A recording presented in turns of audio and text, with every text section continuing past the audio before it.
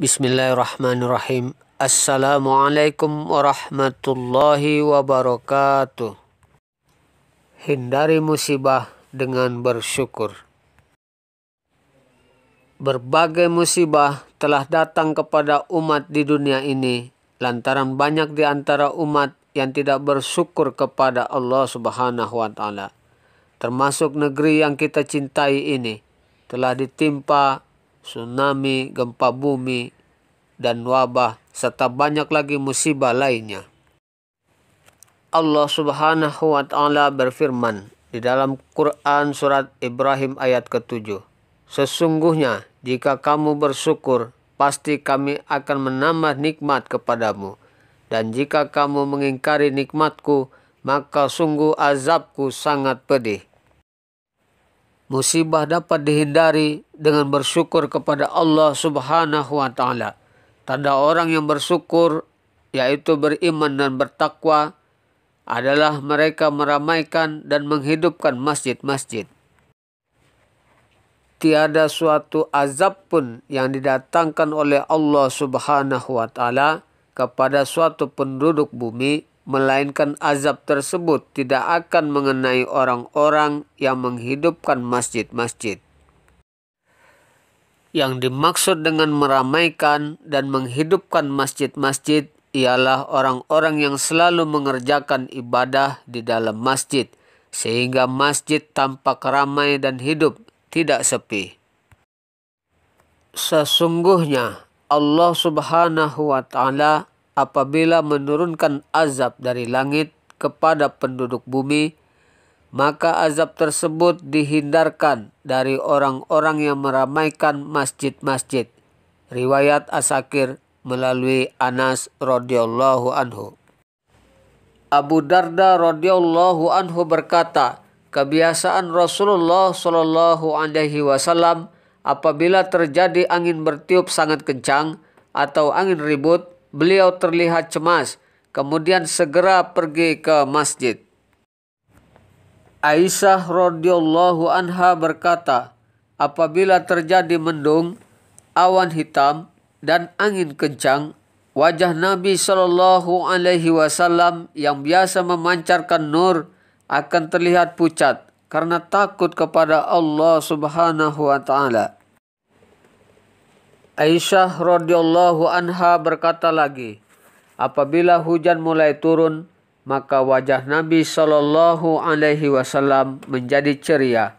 Saya bertanya kepada beliau, ya Rasulullah, apabila terlihat awan mendung, semua orang merasa gembira karena menandakan hujan akan turun. Tetapi mengapa engkau justru terlihat cemas? Beliau menjawab, wahai Aisyah, bagaimana saya dapat meyakini bahwa angin kencang dan awan mendung itu tidak akan mendatangkan azab Allah? Kaum Ad telah dibinasakan oleh angin topan. Ketika mereka melihat awan mendung, mereka merasa gembira karena mengira akan segera turun hujan. Padahal bukan hujan yang turun, melainkan azab Allah untuk membinasakan mereka. Inilah contoh tauladan Nabi bagi kita. Lihatlah diri kita yang bergelimang dengan dosa, jarang merasa takut apabila terjadi gempa bumi, angin topan, dan lainnya. Hanya sedikit yang bertaubat dan mengerjakan salat ke masjid.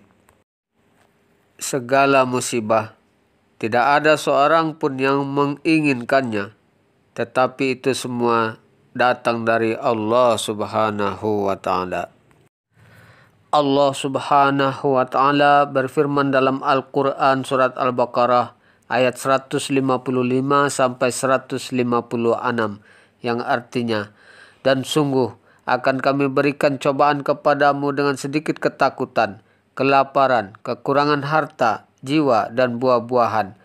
Dan berikanlah berita gembira kepada orang-orang yang sabar, yaitu orang-orang yang apabila ditimpa musibah, mereka mengucapkan inna lillahi wa inna ilaihi raji'un. Artinya, sesungguhnya kami adalah milik Allah dan kepadanya lah kami kembali.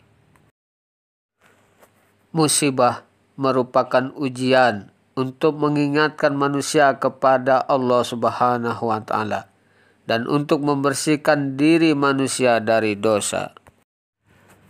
Ujian berguna untuk ke arah yang lebih baik.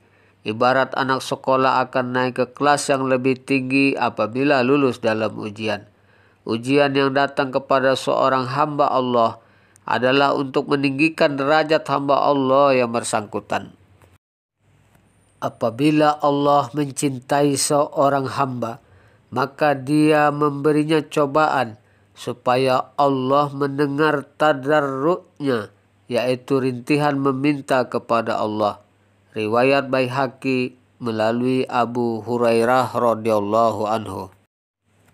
Marilah beribadah di dalam masjid, agar masjid-masjid ramai, dipenuhi orang-orang yang zikir, salat, dan membaca Al-Quran. Ini sebagai tanda syukur kepada Allah Subhanahu wa taala, sehingga musibah terhindar dari kita yang datangnya tiba-tiba. Silakan disebarluaskan. Demikian saudaraku, semoga bermanfaat. Dan jangan lupa pula di-subscribe channel Yafsil Ismail ini.